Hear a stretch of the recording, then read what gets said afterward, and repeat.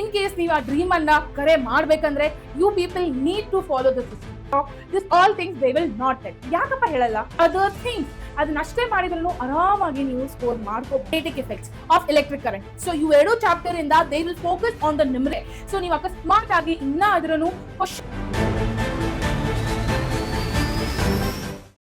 90% dream ಇಲ್ಲ, system follow ಮಾಡಿದ್ರೆ possible ಇದೆ. ಎಸ್, 95% ಬರೀ ಡ್ರೀಮ್ ಆಗಿ ಇಟ್ಕೋಬೇಡಿ. ಸೊ ಇನ್ ಕೇಸ್ ನೀವು ಆ ಡ್ರೀಮ್ ಅನ್ನ ಕರೆ ಮಾಡ್ಬೇಕಂದ್ರೆ you people need to follow the system. ಏನಪ್ಪ ಅದು ಸಿಸ್ಟಮ್? ಏನ್ ಫಾಲೋ ಮಾಡ್ಬೇಕು ಸಿಸ್ಟಮ್ ಅನ್ನ? ಅದು ಕನ್ಫ್ಯೂಷನ್ ಆಗ್ತಿದ್ದಾನ? I will tell you people what type of a system you need to use it. Okay, first is all night studied is completely waste. Okay, ನೀವು hard work ಮಾಡ್ತೇನಪ್ಪ ನಾನು, I will completely focus, ರಾತ್ರಿ 3 ತನಕ ಕುಂತು ಓದ್ತೇನೆ, ರಾತ್ರಿ 4 ತನಕ ಕುಂತು ಓದ್ತೇನೆ ಅಂದ್ರೆ it's completely waste. Don't do this things. So ನೀವು ಅಕಸ್ಮಾತ್ ಅದನ್ನ ಮಾಡ್ತಿದ್ರೆ ಈಗ ನಿಲ್ಲಿಸ್ಬೇಡಿ. You need to do smart work. Smart work ಮಾಡ್ಲಿಲ್ಲ ಅಂದ್ರೆ ಸ್ಕೋರ್ ಮಾಡೋದು ಈಸಿ ಆಗಲ್ಲ. ಟಾಪರ್ಸ್ ಅದೇ ತರ ಸುಮ್ಮನೆ ಟಾಪರ್ಸ್ ಆಗಿರಲ್ಲ, ಅವ್ರು ಸ್ಮಾರ್ಟ್ ವರ್ಕ್ ಮಾಡಿನೇ ಅವ್ರು ಟಾಪರ್ಸ್ ಆಗಿರ್ತಾರೆ. ನೀವು ಹೋಗಿ ಕೇಳ್ಬಹುದು, ಆಸ್ಕ್ ದೆಮ್, ನಿಮ್ ಎಷ್ಟ್ ಗಂಟೆಗೆ ಮಲ್ಕೋತಿದ್ರ ಅಂದ್ರೆ 10-11 ಮಲ್ಕೋತಿದ್ಯಪ್ಪ, ಮಾರ್ನಿಂಗ್ 5:30-6 ಹೇಳ್ತಿದ್ದೆ ಅಂತಾನೆ ಹೇಳ್ತಾರೆ. They will not tell that I study till 3 o'clock or I studied till 4 o'clock. This all things they will not tell. ಯಾಕಪ್ಪ ಹೇಳಲ್ಲ? Because they don't do it, because they do the smart work there. Clear? And daily 2-3 hours of consistent study is more than enough. Daily 2-3 ತಾಸು ಕುಂತ ಓದಿದ್ರೆ ಸಾಕು, ಏನು ಮಾಡೋದ್ ನೆಸೆಸಿಟಿನೇ ಇಲ್ಲ. Clear? So daily ಅದನ್ನ ಕನ್ಸಿಸ್ಟೆನ್ಸಿನ ಮೇಂಟೈನ್ ಮಾಡ್ಕೊಂತ ಹೋಗ್ಬೇಕು. ಅದನ್ನ ಬಿಟ್ಟು ಇವತ್ತು 1 ತಾಸು ಕುಂತ ಓದೋದು, ನಾಳೆ 2 ತಾಸು ಕುಂತ ಓದೋದು, it's completely waste. Okay, that should be avoided a lot. Clear? And focus on the board pattern, not on the extra books. Like guides purchase ಮಾಡಿದೆ, ಅದರಿಂದ ಎಲ್ಲ ಕ್ವಶನ್ಸ್ ಓದಿದೆ, ಅದನ್ನೆಲ್ಲ ಮಾಡಬೇಡಿ. ಆಲ್ರೆಡಿ ನಿಮಗೆ LBA ಬೇಸ್ಡ್ ಕ್ವಶನ್ಸ್ ಕೇಳಿದ್ದಾರೆ. ಫೋಕಸ್ ಮಾಡಿ ಆ LBA ಬೇಸ್ಡ್ ಕ್ವಶನ್ಸ್ ಅನ್ನ, ಅದನ್ನ ಜಸ್ಟ್ ಫೋಕಸ್ ಮಾಡಿದ್ರು ಸಾಕು. It's not necessary of any other things. ಅದನ್ನಷ್ಟೇ ಮಾಡಿದ್ರು ಆರಾಮಾಗಿ ನೀವು ಸ್ಕೋರ್ ಮಾಡ್ಕೋಬಹುದು. ಕ್ಲಿಯರಾ? So next thing is about marks where actually come from. ಎಲ್ಲಿಂದ ಆಕ್ಚುಲಿ ನೀವು ಈಸಿ ಆಗಿ ಮಾರ್ಕ್ಸ್ ಅನ್ನ ಸ್ಕೋರ್ ಮಾಡ್ಕೋಬಹುದು ಅನ್ನೋದು ಫಸ್ಟ್ ಹೇಳ್ತೇನೆ. ಓಕೆ, ಸೊ ಎಲ್ಲರೂ ಏನ್ ಮಾಡ್ತಾರೆ ಗೊತ್ತಾ? Every one will do only one thing. Okay, ಏನಂದ್ರೆ ma'am I will sit and study of 2 marks and 5 marks questions more, ಅದಕ್ಕೆ 5 marks ಜಾಸ್ತಿ ಮಾರ್ಕ್ಸ್ ಸಿಗುತ್ತೆ. ಬಟ್ ನೋ, ಟಾಪರ್ಸ್ ಏನ್ ಮಾಡ್ತಾರೆ ಹೇಳ ನಿಮಗೆ? They will completely focus on the diagrams. They will completely focus on the numericals from the physics, that is especially from the electricity and magnetic effects of electric current. So you ಎರಡು chapter in that they will focus on the numericals, because from there they can easily score. Clear? And diagrams from the biology. Biology ಇಂದ diagrams fix ಆಗಿ ಬರುತ್ತೆ ಅನ್ನೋದು ಎಲ್ಲರಿಗೂ ಗೊತ್ತಿದೆ. But ಅದನ್ನ ಹೇಗೆ use ಮಾಡ್ಕೋಬೇಕು, ಹೇಗೆ ಅದನ್ನ ಉಪಯೋಗ ಮಾಡ್ಕೋಬೇಕು ಈಸಿಲಿ ಸ್ಕೋರ್ ಮಾಡೋದು ಅನ್ನೋದು ಬಹಳ ಮಂದಿಗೆ ಗೊತ್ತಿಲ್ಲ. ಸೊ ಅದೇ ಹೇಳೋದು, ಟಾಪರ್ಸ್ ಇದನ್ನೇ ಮಾಡ್ತಾರೆ.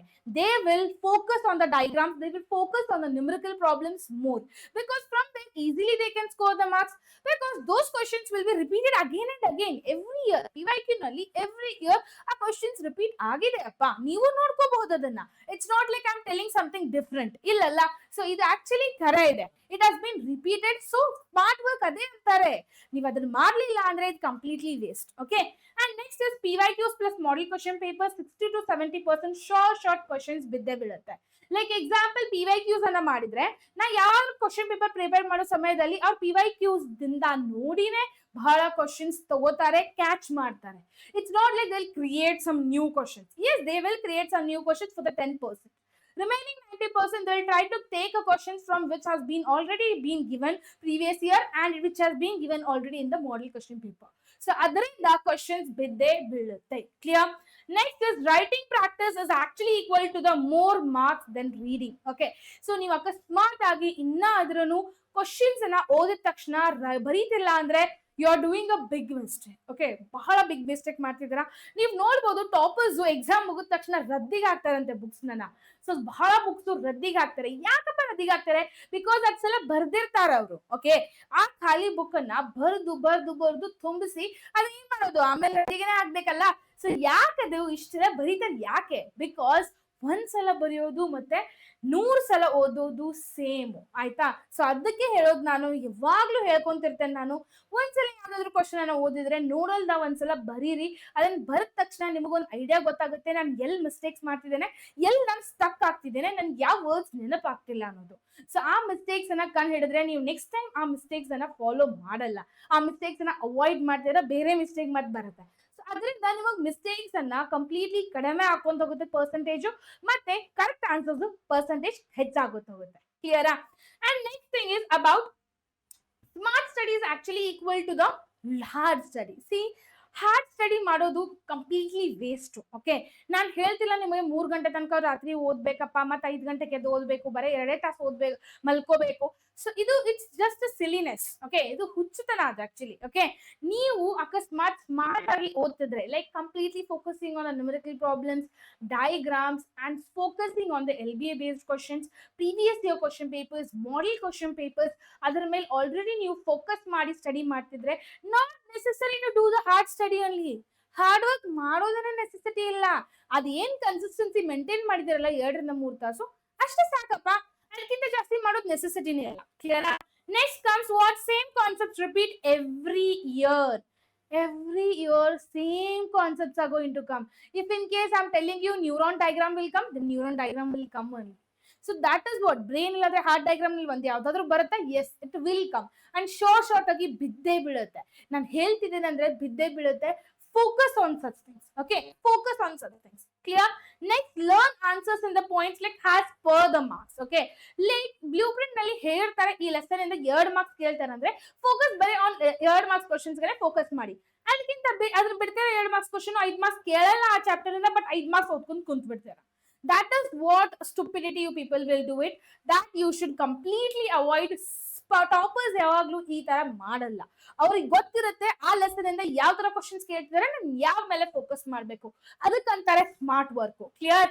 And next is timed. Actually timed writing like is actually equal to speed plus confidence. Yes, if you are managing the time, then ಆರಾಮಾಗಿ ಎಕ್ಸಾಮ್ ಟೈಮ್ ದಲ್ಲಿ ಯಾವಾಗ ಎಕ್ಸಾಮ್ ಬರೀತಿರ್ತಾರಲ್ಲ 3 ತಾಸ್ನಲ್ಲಿ ಆರಾಮಾಗಿ ಎಕ್ಸಾಮ್ ಇದೆ. ಆ ಮ್ಯಾನೇಜ್ಮೆಂಟ್ ಅನ್ನ ಈಗ ಕಲಿತ್ರೆ ನಿಮಗೆ ಈಸಿ ಆಗುತ್ತೆ. ಆಕ್ಚುಲಿ ಗೌರ್ಮೆಂಟ್ ಪ್ರಿಪರೇಟರಿ ಎಕ್ಸಾಮ್ಸ್ ಇರೋದನ್ನೇ ಅದ್ರ ಸಲುವಾಗಿ. ನಿಮಗೊಂದು ಟೈಮ್ ಮ್ಯಾನೇಜ್ಮೆಂಟ್ ಗೊತ್ತಾಗಬೇಕು, ಇಲ್ಲಾದ್ರೆ ಅದು ಡೈರೆಕ್ಟ್ಲಿ ಎಫೆಕ್ಟ್ ಆಗುತ್ತೆ ಮೇನ್ ಎಕ್ಸಾಮ್ಸ್ಗೆ. ಮೇನ್ ಎಕ್ಸಾಮ್ಸ್ ಎಫೆಕ್ಟ್ ಆಗ್ಬಾರ್ದಂತ ಅವ್ರು ನಿಮಗೆ ಟೈಮ್ ಮ್ಯಾನೇಜ್ಮೆಂಟ್ ಮಾಡ್ಲಿಕ್ಕೆ ಸ್ಟಾರ್ಟ್ ಮಾಡಿದ್ದಾರೆ. ಕ್ಲಿಯರ್? ಮೀನ್ಸ್ ಟೈಮ್ ಮ್ಯಾನೇಜ್ಮೆಂಟ್ ಪ್ರಿಪರೇಟರಿಯಲ್ಲಿ ಹುಡುಗರು ಕಲಿತ್ರೆ ಮೇನ್ ಎಕ್ಸಾಮ್ಸ್ ನಲ್ಲಿ ಫೋಕಸ್ ಮಾಡಿ ಬರೀತಾರಪ್ಪ ಅನ್ನೋದು ಗೌರ್ಮೆಂಟ್ ವಿಷಯ. ಸೊ ನೀವು ಪ್ರಿಪರೇಟರಿನಲ್ಲೂ ಸ್ಕೋರ್ ಮಾಡ್ಬೇಕಲ್ಲ. ಸೊ ಪ್ರಿಪರೇಟರಿನಲ್ಲೂ ಸ್ಕೋರ್ ಮಾಡ್ಬೇಕಂದ್ರೆ you people need to solve the model question paper little bit more. Clear? Next comes about the last 30 to 40 days game plan ಇಟ್ಕೋಬೇಕು. Like revise only the important questions daily. Focus on the only important questions. ಉಳಿದಿದ್ದೆಲ್ಲ ಬಿಟ್ಬಿಡಿ, ಬರೀ important questions ಯಾವ್ದಿದೆಲ್ಲ ಅದ್ರ ಮೇಲೆ focus ಮಾಡಿ. Next 1 model question paper every 2-3 days. ಸೊ ಯಾವ್ದಾದ್ರು 1 subject 1 model question paper every 2 days if you people will focus, then ಆರಾಮಾಗಿ ನಿಮಗೆ ಗೊತ್ತಾಗುತ್ತೆ ಯಾವ ತರ ಕ್ವಶನ್ ಯಾವ ಪಾರ್ಟ್ ನಲ್ಲಿ ಕೇಳ್ತಾರೆ ಅನ್ನೋದು. ಕ್ಲಿಯರ್? ನಿಮ್ಗೆ ಯಾವ ಪಾರ್ಟ್ ನಲ್ಲಿ ಯಾವ ತರ ಕ್ವಶನ್ಸ್ ಕೇಳ್ತಾರೆ ಅನ್ನೋದು ಐಡಿಯಾ ಗೊತ್ತಾಗ್ಬಿಟ್ರೆ ಆರಾಮಾಗಿ ಎಕ್ಸಾಮ್ ಟೈಮ್ ದಲ್ಲಿ ನೀವು ಬರ್ಕೋಬಹುದು. Clear? Next is about the fear control, that is marks automatically go up. So if you are controlling your fear, that ನಾ ಕ್ವಶನ್ ಪೇಪರ್ ಓದಿದ ತಕ್ಷಣ ಫುಲ್ ಪ್ಯಾನಿಕ್ ಆಗ್ತೇನಪ್ಪ, ನನಗೆ ಬರಲ್ಲ ಏನು ಅಂತ ನೀವು ಪ್ಯಾನಿಕ್ ಆಗ್ತಿದ್ರೆ please don't do this thing.